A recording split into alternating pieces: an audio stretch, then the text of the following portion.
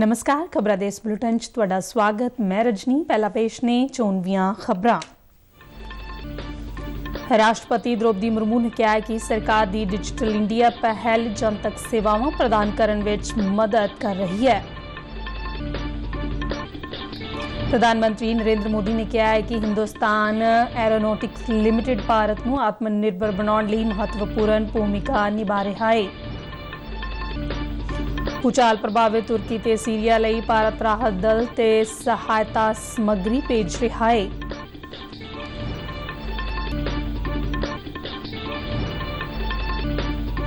अमृतसर विच G20 सम्मेलन दीआं तैयारियां संबंधी कैबिनेट मंत्रियों वालों जिला प्रशासन नाल मीटिंग। हुण खबरां विस्तार नाल। राष्ट्रपति द्रौपदी मुर्मू ने कहा है कि तेज गति नाल आर्थिक प्रगति हासिल करने लई डिजिटल कनैक्टिविटी नूं अगे वधाउण विच दूरसंचार खेतर दी अहम भूमिका है। ਉਹ नवी दिल्ली विच भारतीय डाक दूरसंचार लेखा ਅਤੇ ਵਿੱਤ सेवा ਦੇ ट्रेनिंग अधीन अधिकारियों ਨੂੰ संबोधित कर रहे सन। राष्ट्रपति मुर्मू ने कहा कि डिजिटल इंडिया पहल सरकार ਨੂੰ ਵਧੇਰੇ ਕੁਸ਼ਲਤਾ ਤੇ ਪਾਰਦਰਸ਼ਤਾ ਨਾਲ ਵੱਖ-ਵੱਖ ਜਨਤਕ ਸੇਵਾਵਾਂ ਦੇਣ ਵਿੱਚ ਮਦਦ ਕਰ ਰਹੀ ਹੈ। ਉਹਨਾਂ ਖਾਸ ਤੌਰ ਤੇ ਪੇਂਡੂ ਤੇ दूर दराज के इलाकों में इस तो वंचित लोगों को जोड़न लई यतन जारी रखने की जरूरत दसी। प्रधानमंत्री नरेंद्र मोदी ने कर्नाटक ते तुमकुरू विच हैलीकॉप्टर निर्माण फैक्ट्री देश नूं समर्पित की। इस मौके उन्होंने तुमकुरू चेन्नई सनअत गलियारे का नींह पत्थर भी रखा। अपने संबोधन विच प्रधानमंत्री नरेंद्र मोदी ने कहा कि सन 2016 विच उन्हां नूं ही इस फैक्ट्री का नींह पत्थर रखने का मौका मिलिया सी। उन्होंने कहा कि साडा संकल्प विदेशी हथियारां अते प्लेटफॉर्मां ते साडी निर्भरता नूं घट तो घट करन दा सी अते अज भारत अपने जंगी जहाज, टैंक, बंदूकां, तोपखाना अते इत्थों तक कि अपना विमान वाहक जहाज भी बना रहा है। मुझे खुशी है कि आज सैकड़ों ऐसे हथियार और रक्षा उपकरण जो भारत में ही बन रहे हैं, जो हमारी सेनाएं उपयोग कर रही है। आज आधुनिक असॉल्ट राइफल से लेकर टैंक, तोप, नौसेना के लिए aircraft carrier, helicopter, fighter jet, transport aircraft, सब कुछ भारत खुद बना रहा है। प्रधानमंत्री नरेंद्र मोदी ने कहा कि इस फैक्ट्री नाल आले दुआले दीआं छोटियां सनअतां नूं भी फायदा होवेगा। उन्होंने कहा कि नवां सनअती टाउनशिप तुमकुरू नूं चेन्नई बेंगलुरू सनअती कोरीडोर के आधुनिक केंद्र वजों विकसित करेगा। बेंगलुरू विच भारत ऊर्जा हफ्ता 2023 विच केंद्रीय पेट्रोलियम मंत्री हरदीप सिंह पुरी ने कहा कि भारत ने पहला ही 2070 तक शुद्ध सिफर उत्सर्जन और 2030 तक उत्सर्जन विच 1 अरब टन की कटौती करने का संकल्प लिया है। उन्होंने कहा कि भारत ऊर्जा सप्ताह हर नागरिक लिए ऊर्जा सुरक्षा यकीनी करने लई प्रधानमंत्री नरेंद्र मोदी की सोच का सिटा है। पुरी ने कहा कि 5वां सब तो वड्डा अर्थचारा ते दुनिया की 70% आबादी का घर होने के बावजूद G20 देशों में भारत का प्रति व्यक्ति उत्सर्जन सब तो घट है और विश्व औसत का लगभग अद्धा है। उन्होंने कहा कि शुद्ध सिफर टीचा नैट जीरो गोल नूं हासिल करने लई कौशल तकनीक ते वित्त संबंधी आलमी संतुलन की जरूरत है। केंद्रीय सूचना ते प्रसारण ते युवा मामले ते खेड मंत्री अनुराग सिंह ठाकुर ने कहा है कि प्रधानमंत्री नरेंद्र मोदी ने युवा ते खेड मंत्रालय का बजट 900 करोड़ तो वधा के 3,397 करोड़ रुपए कर दिता है। नवी दिल्ली विच युवा संगम पेट्रोलियम लॉन्च करन मौके एक समागम नूं संबंधित करदे उन्होंने कहा है कि इस लई ओ प्रधानमंत्री का धन्नवाद करते नहीं। उन्होंने कहा कि नौजवानों लई नवी सिक्ख्या नीति लियांदी गई है ते एक भारत श्रेष्ठ भारत नाल देश की एकता ते अखंडता मजबूत हुई है। अनुराग सिंह ठाकुर ने कहा कि एक्ट ईस्ट नीति तहत सरकार नॉर्थ ईस्ट ਦੇ ਵਿਕਾਸ ਲਈ ਕੰਮ ਕਰ ਰਹੀ ਹੈ ਅਤੇ ਨੌਰਥ ਈਸਟ ਨੂੰ ਦੇਖੇ ਬਿਨਾ ਅਸੀਂ ਦੇਸ਼ ਦੇ ਮਾਣ ਵਾਲੇ ਇਤਿਹਾਸ ਨੂੰ ਨਹੀਂ ਜਾਣ ਸਕਦੇ। ਉਹਨਾਂ ਕਿਹਾ ਕਿ ਜਦੋਂ 8 ਨੌਰਥ ਈਸਟ ਸੂਬਿਆਂ ਦੇ ਨੌਜਵਾਨ ਹੋਰ ਸੂਬਿਆਂ ਵਿੱਚ ਜਾਣਗੇ ਤਾਂ ਉੱਥੋਂ ਦੇ ਵੱਖ-ਵੱਖ ਪਹਿਲੂਆਂ ਬਾਰੇ ਉਹਨਾਂ ਨੂੰ ਨਵੀਂ ਜਾਣਕਾਰੀ ਮਿਲੇਗੀ। अनुराग सिंह ठाकुर ने कहा कि देश का नौजवान देश ਨੂੰ ਅੰਮ੍ਰਿਤ ਕਾਲ ਤੋਂ ਸੁਨਹਿਰੀ ਕਾਲ ਵੱਲ ਲੈ ਕੇ ਜਾਵੇਗਾ। ਭਾਰਤ ਤੁਰਕੀ ਤੇ ਸੀਰੀਆ ਦੇ ਭੂਚਾਲ ਵਾਲੇ ਖੇਤਰਾਂ ਵਿੱਚ ਰਾਹਤ ਤੇ ਬਚਾਅ ਦਲ ਭੇਜ ਰਿਹਾ ਹੈ। ਇਸ ਵਿੱਚ ਰਾਸ਼ਟਰੀ ਆਪਦਾ ਮੋਚਨ ਬਲ ਤੇ ਚਿਕਿਤਸਾ ਦਲਾਂ ਦੇ ਨਾਲ ਰਾਹਤ ਸਮੱਗਰੀ ਭੇਜੀ ਜਾ ਰਹੀ ਹੈ। ਪ੍ਰਧਾਨ ਮੰਤਰੀ ਨਰਿੰਦਰ ਮੋਦੀ ਦੇ ਪ੍ਰਧਾਨ ਸਕੱਤਰ ਡਾਕਟਰ PK ਮਿਸ਼ਰਾ ਨੇ ਨਵੀਂ ਦਿੱਲੀ ਵਿੱਚ ਹੋਈ ਬੈਠਕ ਵਿੱਚ ਇਹ ਫੈਸਲਾ ਲਿਆ ਹੈ।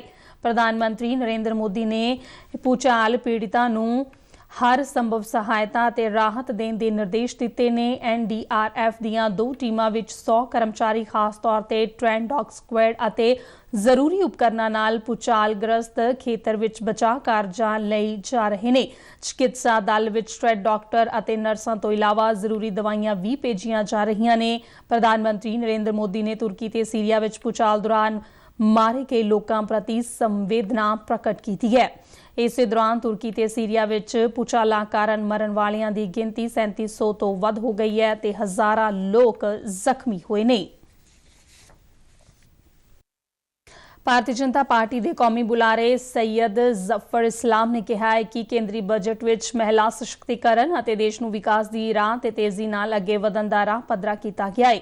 ਅੰਮ੍ਰਿਤਸਰ ਵਿੱਚ ਇੱਕ ਪ੍ਰੈਸ ਕਾਨਫਰੰਸ ਨੂੰ ਸੰਬੋਧਨ ਕਰਦੇ ਉਹਨਾਂ ਕਿਹਾ ਹੈ ਕਿ ਇਹ ਕੇਂਦਰੀ ਬਜਟ ਅਗਲੇ 25 ਸਾਲਾਂ ਲਈ ਭਾਰਤ ਦੀ ਤਰੱਕੀ ਅਤੇ ਭਾਰਤ ਨੂੰ ਵਿਸ਼ਵ ਸ਼ਕਤੀ ਤੇ ਵਿਸ਼ਵ ਗੁਰੂ ਬਣਾਉਣ ਦੀ ਨੀਂਹ ਰੱਖੇਗਾ। महिलाओं को सशक्त बनाना है, जो सेल्फ हेल्प ग्रुप के द्वारा जो ग्रीन ग्रोथ जो है, हरित जो है उसका विकास करना है, उसकी फोकस है। युवाओं को जो है आगे बढ़ाना है, उसके बारे में चिंता की गई है। और जो टूरिज्म के बारे में जो बहुत बड़ा फोकस है कि टूरिज्म जो है हमारे देश में आगे बढ़े।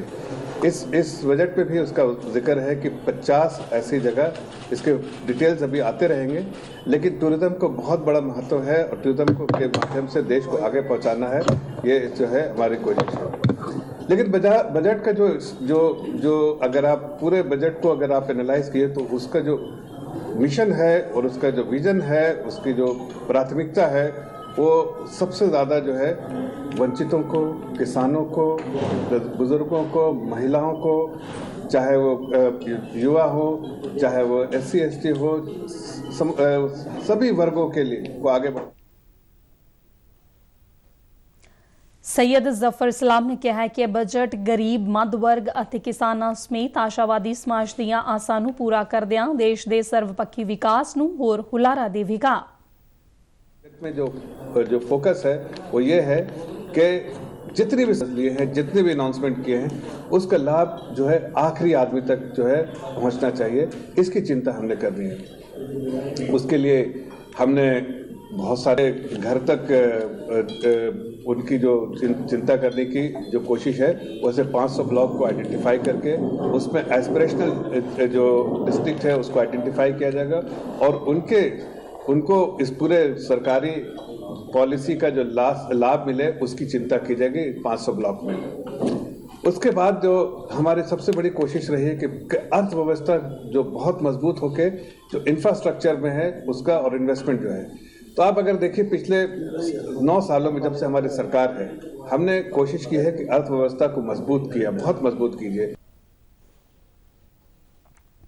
इस मौके सूबा मीडिया ਸਕੱਤਰ ਜਨਾਰਦਨ ਸ਼ਰਮਾ ਅਤੇ ਜ਼ਿਲ੍ਹਾ ਪ੍ਰਧਾਨ ਹਰਵਿੰਦਰ ਸਿੰਘ ਸੰਧੂ ਸਮੇਤ ਹੋਰ ਆਗੂ ਵੀ ਮੌਜੂਦ ਰਹੇ। ਸਥਾਨਕ ਸਰਕਾਰਾਂ ਬਾਰੇ ਮੰਤਰੀ ਡਾਕਟਰ ਇੰਦਰਬੀਰ ਸਿੰਘ ਨਿੱਜਰ, ਪੇਂਡੂ ਵਿਕਾਸ ਤੇ ਪੰਚਾਇਤ ਮੰਤਰੀ ਕੁਲਦੀਪ ਸਿੰਘ ਧਾਲੀਵਾਲ ਅਤੇ ਬਿਜਲੀ ਤੇ ਲੋਕ ਨਿਰਮਾਣ ਮੰਤਰੀ ਹਰਭਜਨ ਸਿੰਘ ETO ਨੇ G20 ਸੰਮੇਲਨ ਬਾਰੇ ਅੰਮ੍ਰਿਤਸਰ ਸ਼ਹਿਰ ਵਿੱਚ ਕੀਤੇ ਜਾ ਰਹੇ ਵੱਖ-ਵੱਖ ਕਾਰਜਾਂ ਦਾ ਜਾਇਜ਼ਾ ਲੈਣ ਲਈ ਜ਼ਿਲ੍ਹਾ ਪ੍ਰਸ਼ਾਸਨ ਨਾਲ ਕੱਲ ਮੀਟਿੰਗ ਕੀਤੀ।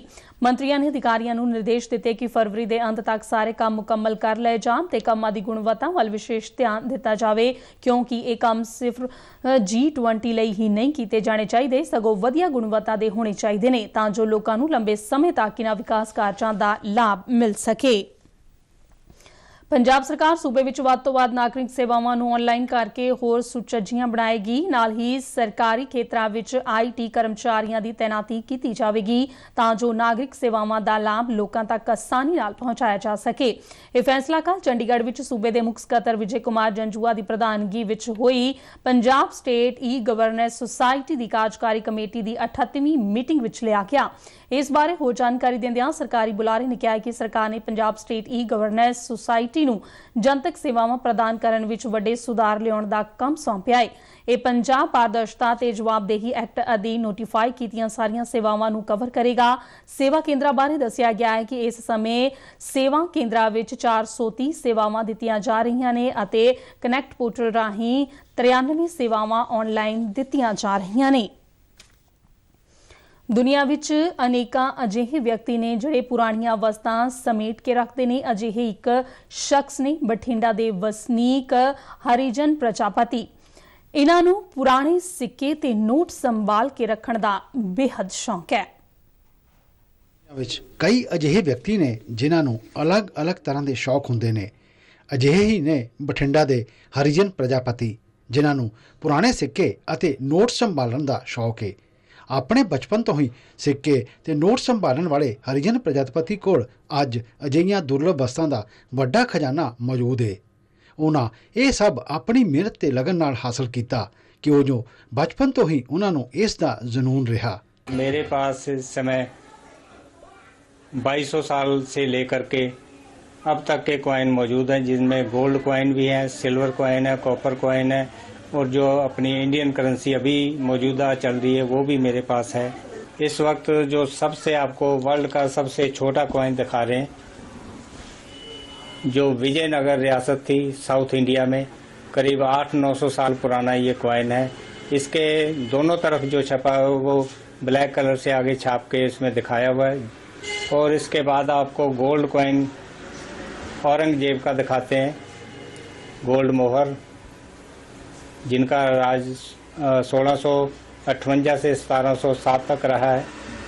और इसके बाद आपको एक और मोहर दिखाते हैं मोहम्मद शाह की, 1719 से 1748 तक जिनका ਹਿੰਦੁਸਤਾਨ ਵਿੱਚ ਰਾਜ ਰਹਾ ਹੈ। 6ਵੀਂ ਸ਼ਤਾਬਦੀ ਈਸਾ ਪੂਰਵ ਤੋਂ ਭਾਰਤ ਵਿੱਚ ਸਿੱਕਿਆਂ ਦਾ ਲੈਣ ਦੇਣ ਸ਼ੁਰੂ ਹੋਇਆ ਅਤੇ ਵੱਖ-ਵੱਖ ਰਾਜਿਆਂ ਦੇ ਸਮੇਂ ਚੱਲਦੇ ਰਹੇ ਸਿੱਕੇ ਹਰੀਜਨ ਪ੍ਰਜਾਪਤੀ ਕੋਲ ਮੌਜੂਦ ਨੇ। ਇਸ ਅਨਮੋਲ ਖਜ਼ਾਨੇ ਵਿੱਚ 2 ਤੋਂ 2500 ਸਾਲ ਪੁਰਾਣੇ ਸਿੱਕੇ ਵੀ ਸ਼ਾਮਲ ਨੇ, ਜਦਕਿ 215 ਦੇਸ਼ਾਂ ਦੀ ਕਰੰਸੀ ਇਹਨਾਂ ਕੋਲ ਮੌਜੂਦ ਹੈ। विदेशी करेंसी में भी मेरे पास 215 कंट्री के पेपर करेंसी है और इसके अलावा वहाँ के कॉइन भी मैंने कलेक्ट किए हुए हैं।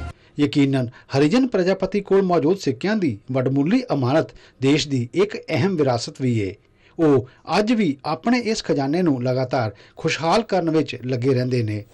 ਬਿਊਰੋ ਰਿਪੋਰਟ ਨਾਲ ਸ਼ੇਸ਼ੂ ਸ਼ਰਮਾ ਸ਼ਾਂਤਲ, ਦੂਰਦਰਸ਼ਨ ਸਮਾਚਾਰ, ਜਲੰਧਰ। ਖਬਰਾਂ ਦੇ ਬੁਲੇਟਿਨ ਸਾਡੇ ਦਰਸ਼ਕ RNUDDK ਜਲੰਧਰ ਦੇ YouTube ਚੈਨਲ, Facebook ਪੇਜ ਤੇ Twitter ਹੈਂਡਲ ਤੇ ਵੀ ਦੇਖ ਸਕਦੇ ਨੇ। ਬੁਲੇਟਿਨ ਦੇ ਅਖੀਰ ਵਿੱਚ ਚੋਣਵੀਆਂ ਖਬਰਾਂ ਇੱਕ ਵਾਰ ਫਿਰ ਤੋਂ। ਰਾਸ਼ਟਰਪਤੀ ਦ੍ਰੋਪਦੀ ਮੁਰਮੂ ਨੇ ਕਿਹਾ ਕਿ ਸਰਕਾਰ ਦੀ ਡਿਜੀਟਲ ਇੰਡੀਆ ਪਹਿਲ ਜਨਤਕ ਸੇਵਾਵਾਂ ਪ੍ਰਦਾਨ ਕਰਨ ਵਿੱਚ ਮਦਦ ਕਰ ਰਹੀ ਹੈ। ਪ੍ਰਧਾਨ ਮੰਤਰੀ ਨਰਿੰਦਰ ਮੋਦੀ ਨੇ ਕਿਹਾ ਹੈ ਕਿ ਹਿੰਦੁਸਤਾਨ ਐਰੋਨੋਟਿਕਸ ਲਿਮਿਟਿਡ ਭਾਰਤ ਨੂੰ ਆਤਮ ਨਿਰਭਰ ਬਣਾਉਣ ਲਈ ਮਹੱਤਵਪੂਰਨ ਭੂਮਿਕਾ ਨਿਭਾ ਰਿਹਾ ਹੈ। ਭੂਚਾਲ ਪ੍ਰਭਾਵਿਤ ਤੁਰਕੀ ਤੇ ਸੀਰੀਆ ਲਈ ਭਾਰਤ ਰਾਹਤ ਦਲ ਤੇ ਸਹਾਇਤਾ ਸਮੱਗਰੀ ਭੇਜ ਰਿਹਾ ਹੈ।